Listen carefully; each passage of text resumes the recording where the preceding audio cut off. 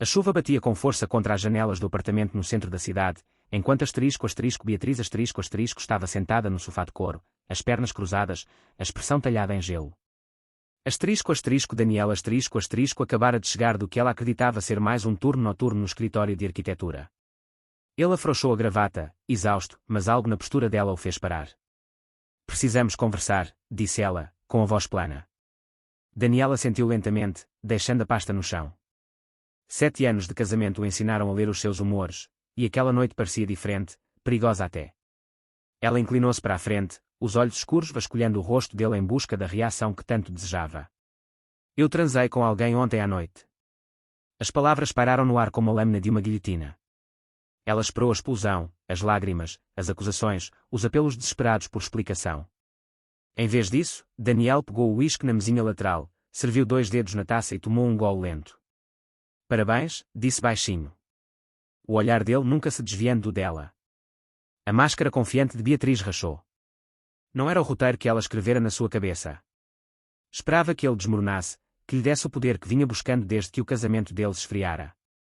Queria que ele implorasse, perguntasse quem era, que lutasse por ela. Mas Daniel apenas ficou sentado, quase sereno. Só isso, ela exigiu, a voz subindo de tom. Isso é tudo que você tem a dizer. Ele girou o líquido âmbar no copo. O que você quer que eu diga, Beatriz? Você fez a sua escolha. Ela levantou-se abruptamente, as mãos tremendo, não de culpa, mas de frustração. Você nem se importa, não é? 7 anos juntos, e você nem se importa. A mandíbula de Daniel apertou-se, mas ele permaneceu calado. Por dentro, o seu coração era um furacão, mas o seu rosto era uma máscara de pedra. Porque a verdade era que ele sabia há 5 dias. O recibo do hotel que ela descuidadamente deixara no bolso do casaco.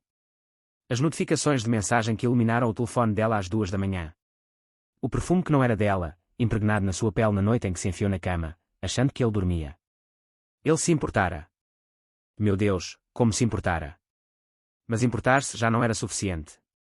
5 dias antes, Daniel arrumava o armário do corredor quando o casaco de inverno de Beatriz caiu do cabide. Ao pegá-lo, um recibo dobrado caiu no chão de madeira. O Grande Hotel Meridiano quarto 847. Uma noite, 2 hóspedes. As suas mãos ficaram dormentes enquanto encarava a data, a última terça-feira, a mesma noite em que ela dissera que jantaria com colegas de um congresso. Ele se lembrava de tê-la beijado a Deus, dizendo para ela se divertir, enquanto ela sorria e prometia chegar tarde. Naquela noite, depois que Beatriz foi para a cama, Daniel esperou até a respiração dela se aprofundar no sono. Então, cuidadosamente, pegou o telefone dela no criado mudo, o coração batendo forte. Ele sabia a senha, ironicamente, o aniversário deles.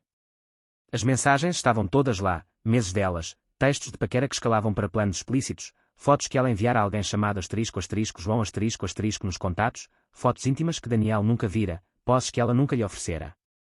As conversas revelavam tudo. A emoção da clandestinidade, as queixas sobre o casamento tedioso, as promessas de deixá-lo quando encontrasse o momento certo. Mas o que o destruiu por completo foi ler a descrição dela sobre o último momento íntimo deles. Ela contara àquele estranho como fechara os olhos e imaginara outra pessoa. Como Daniel não a excitava mais. Como ela só estava seguindo o fluxo até poder escapar. Ele sentara na escuridão do quarto, a esposa dormindo pacificamente ao seu lado, e sentira algo dentro dele morrer. Não o seu amor, isso levaria mais tempo para ser enterrado, mas a sua disposição para lutar por alguém que o via como um obstáculo, não como um parceiro. Ao amanhecer, Daniel tomara uma decisão. Não a confrontaria. Não lhe daria a satisfação de vê-lo destruído. Em vez disso, contactara um advogado naquela manhã, um especialista em divórcios implacável que um colega recomendara. Reunira provas, prints das telas, recibos, depoimentos de funcionários do hotel que entrevistara discretamente, e esperara.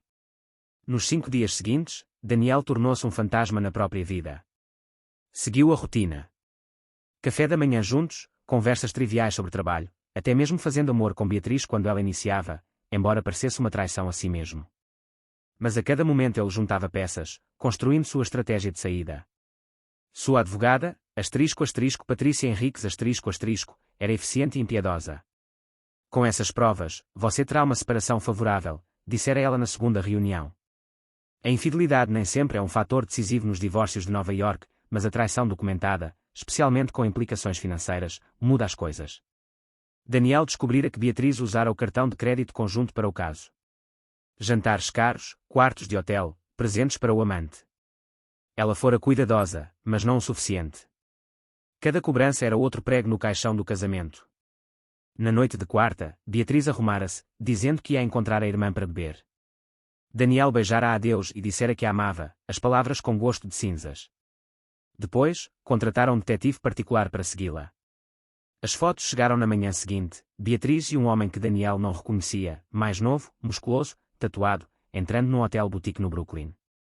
O detetive até os capturara através das cortinas transparentes do quarto, presos no abraço que revirava o estômago de Daniel. Mas, em vez de raiva, ele sentiu clareza.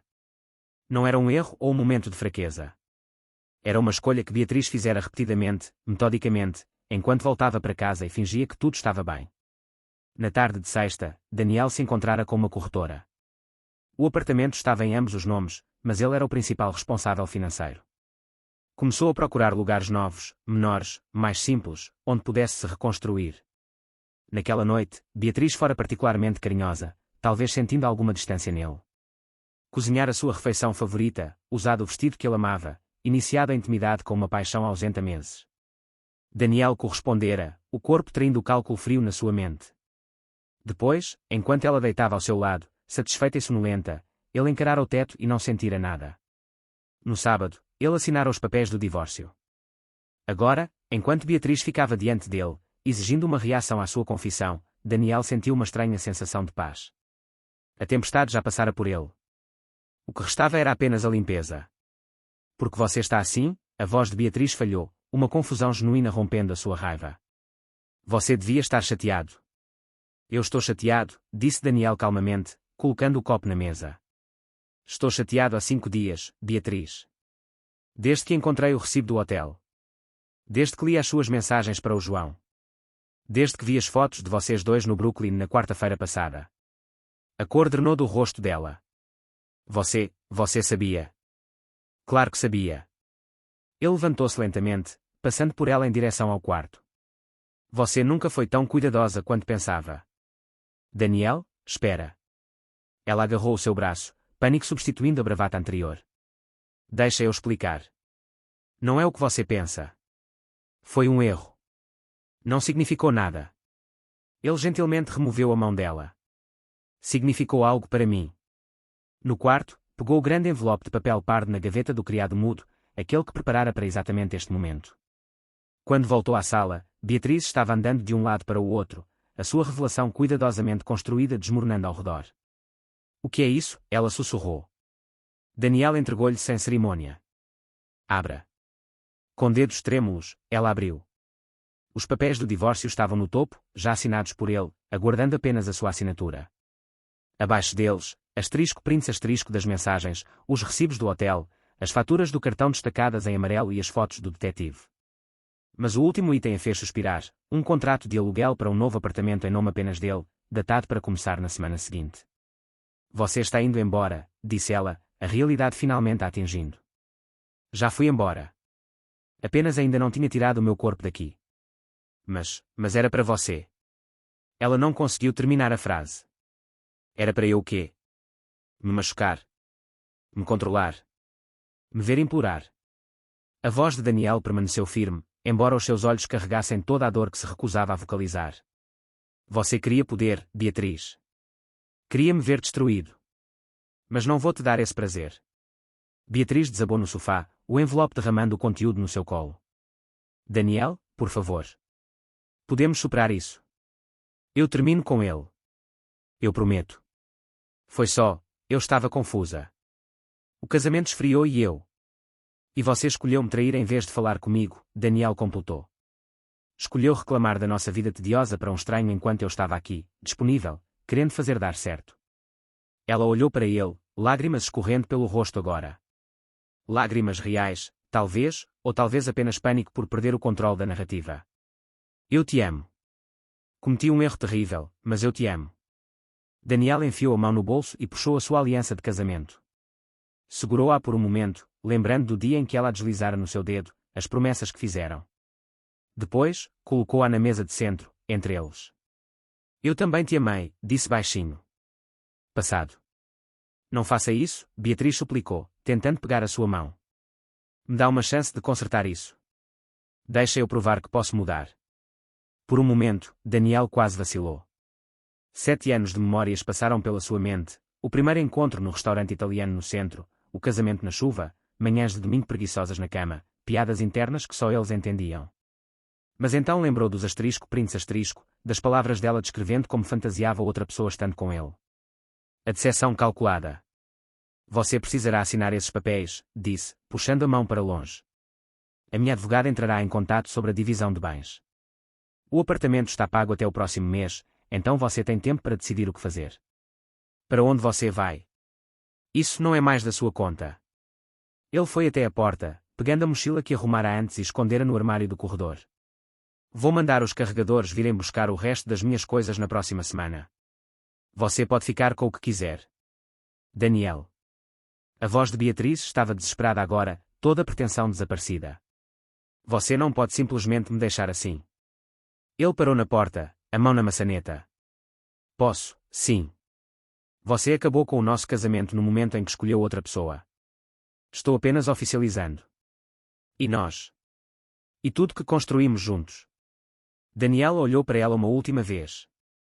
Ela parecia menor de alguma forma, reduzida, sentada entre as evidências da sua traição. Você destruiu o que construímos. Estou apenas me afastando dos escombros. Sinto muito, ela sussurrou. Mas se era pelo caso ou por ter sido pega, Daniel nunca saberia. Eu também, e ele falou a verdade.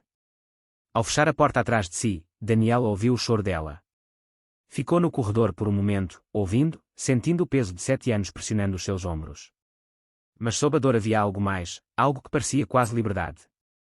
Caminhou até o elevador, apertou o botão e esperou. Quando a porta se abriu, ele entrou e observou a porta do apartamento ficar menor enquanto descia.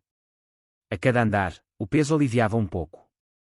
Quando chegou ao saguão, Daniel respirou fundo pela primeira vez em 5 dias. Lá fora, a chuva parara. As ruas estavam lavadas, refletindo as luzes da cidade em poças de água. Daniel pegou o telefone e abriu uma nova mensagem para a sua advogada. Ela está com os papéis. Vamos em frente, Depois, apagou o contato de Beatriz do telefone, bloqueou o número dela e começou a caminhar em direção à sua nova vida. Sozinho, mas intacto. Ela quisera destruí-lo com a sua confissão. Em vez disso, destruiu a si mesma. E Daniel, ele já seguira em frente antes mesmo que ela percebesse que ele estava partindo.